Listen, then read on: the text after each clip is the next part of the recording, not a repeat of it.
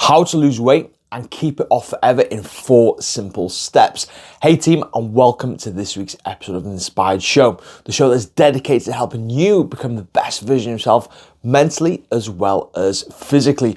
We've got a great episode for you guys today, especially if you've been struggling with losing weight and keeping it off. But before we delve into today's episode, if you've not done so already, don't forget to hit that subscribe button down below so you stay updated with every single episode we drop every single week. Don't forget to smash a like on this episode because it's full of gold. Let us know any big takeaways in the comments, and don't forget to share it with somebody else who may benefit as well. Don't forget, down in the caption are links to all our social media pages where we post content every single day, plus links to our exclusive community that has everything you need to get into the best shape possible. Today's episode is all about losing weight, but most importantly, keeping it off. And the 4 steps we're going to go through are going to be a complete game changer for you when it comes to achieving that goal. And step number 1 is one of the most important steps, and it all starts up here. One of the biggest mistakes I see a lot of people making when it comes to their weight loss journey is they automatically look at food and they automatically look at movement. Whilst these play a massive role in losing weight and keeping it off, we need to make sure we're in the right frame of mind first and foremost, because how many times have you started a new diet? How many times have you started a new gym program?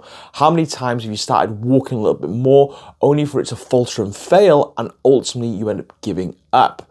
The reason why we do that is because we're not really clear on the reasons why we need to change. When push comes to shove, we're actually more content staying the same than making those changes.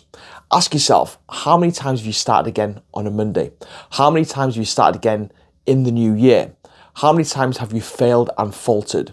When push comes to shove, when you're tired, when you're demotivated, when you've got a lot of stress going on.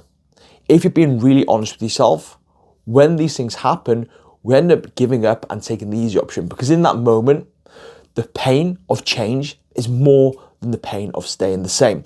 This is why we start off with here, creating a powerful reason to change.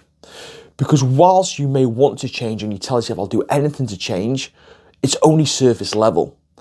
Ask yourself, why do I want to change? And you're probably thinking things like, I want to have more confidence, I want to be healthier, I want more energy, I want to be an inspiration to my children, and all very good reasons to change in their own right. However, they're very much surface level. And this is something that I used to really struggle with on my health and fitness journey, and it's something that a lot of my clients used to really struggle with as well. But once we start scratching the surface and digging a little bit deeper, it can be an absolute superpower to helping you stay on track. So how do we do that? Well, look at where you are with things right now. Actually look at your confidence, look at your energy, look at your relationships, look at that inspiration you're trying to be to your children, and ask yourself, in what way, shape or form is that impacting your life at the moment? So think about your confidence, for example. Are you always wearing baggy clothes? Are you avoiding taking family photos? Do you avoid taking your children swimming? Look at your energy. Is it impacting things like doing fun things with the kids? Is it doing hobbies with your friends or your partner? Is it simply just getting home from work and just not having the energy to do anything whatsoever? Is it affecting your work? Think about your relationships. Is it impacting intimacy? Is it impacting friendships? Think about your health. Like, how is where you are right now impacting you? And visualize that future version of yourself that you want to become, that is happier, healthier, more confident. What does that person look like? What clothes they're wearing? How are they socializing? What are they doing with the kids? What is your intimacy like? How is your productivity in work? And when you start thinking about where you are right now and who you want to become, you're creating a reason so powerful that when push comes to shove, on those days when you are demotivated, you are tired, you can keep going through and reach your goals. So that is step number 1 of the 4-step process. Once you've done step number 1, it's about moving to step number 2, which is focused on realistic expectations alongside effort over outcome. So what do we mean by that? Well, we live in a world of instant gratification.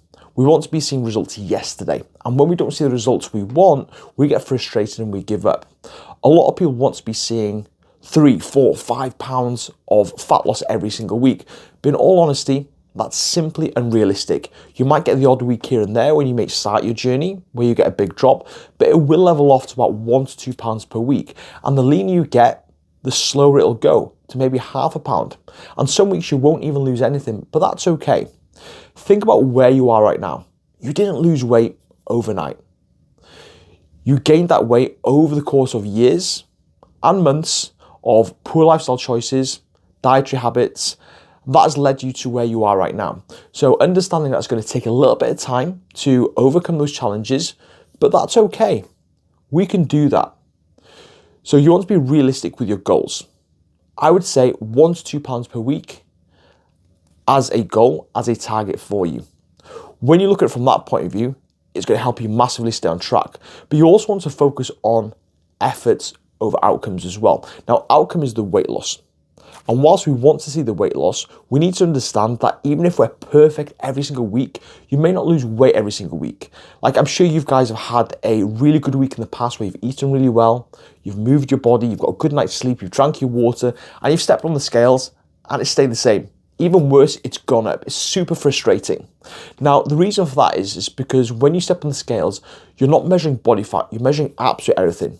Body fat, muscles, organs, food volume, but most importantly, water, which can fluctuate up and down on a day-by-day basis. And this is affected by things such as time of the month, hydration levels, salt intake, food volume. So it's very unreliable.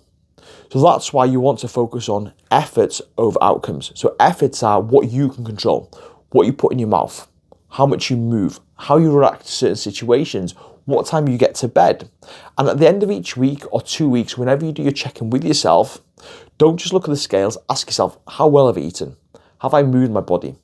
Have I got to bed on time? Have I managed my stress better? And when you've done that, celebrate the fact that you've done it. Give yourself a pat on the back, reinforce that positive behavior.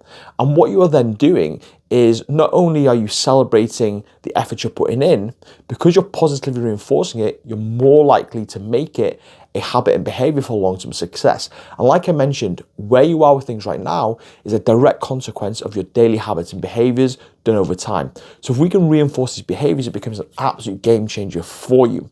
Which brings me on to step number 3, and this is a very important step. If you do not address this, you'll never be able to keep the weight off, and that is addressing your bottlenecks. So your bottlenecks are things that stop you being consistent in the things we need to be doing to achieve our goals and maintain it long term. So with regards to bottlenecks, it could be anything. It could be procrastination. It could be emotional eating. It could be stress drinking. It could be poor boundaries, poor sleep. The list is endless. But let's look at a few of these bottlenecks and how they impact us. So procrastination. I'll start again tomorrow. I'll start next week. I'll start Monday. I'll start after my birthday. It's putting things off and waiting for the perfect environment. But the reality is, there's never going to be a perfect time. There's always going to be something going on. And unless you learn how to adapt and manage things when things aren't perfect, you're always going to falter and fail because you're either going to be on or off a plan, which we don't want to be. We want to be living life to our fullest and know how to navigate it. We're looking for imperfect action rather than perfection. So we're looking for consistency. Emotional eating. If you're eating your emotions, higher calories, binge and restrict cycles, feeling guilty and shameful and having a poor relationship with food. Stress drinking. Empty calories, poor sleep, poor energy, not reaching our goals.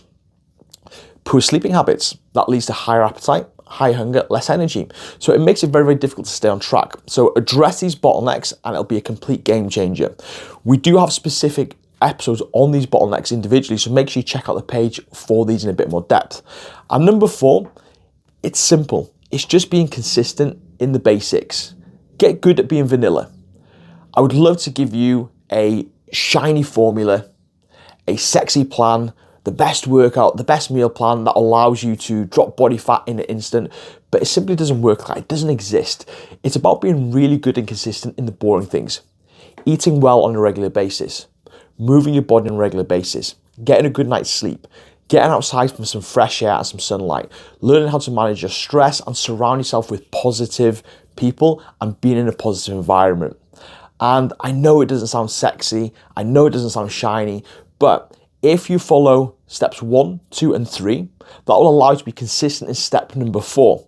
And that's all you need to do, is eat a little bit less and move a little bit more. And I know it sounds like a cliche, but I guarantee if you follow those steps and focus on consistency over perfection, it'll be an absolute game changer for you. I hope you enjoyed this week's episode. If you did, don't forget to smash a like on it, share it with somebody who may benefit. And if you need help putting all these together in terms of accountability, support, and all the tools needed, then don't forget to get in touch with us because we have some space in our Built to Inspire program that can help you achieve your goals.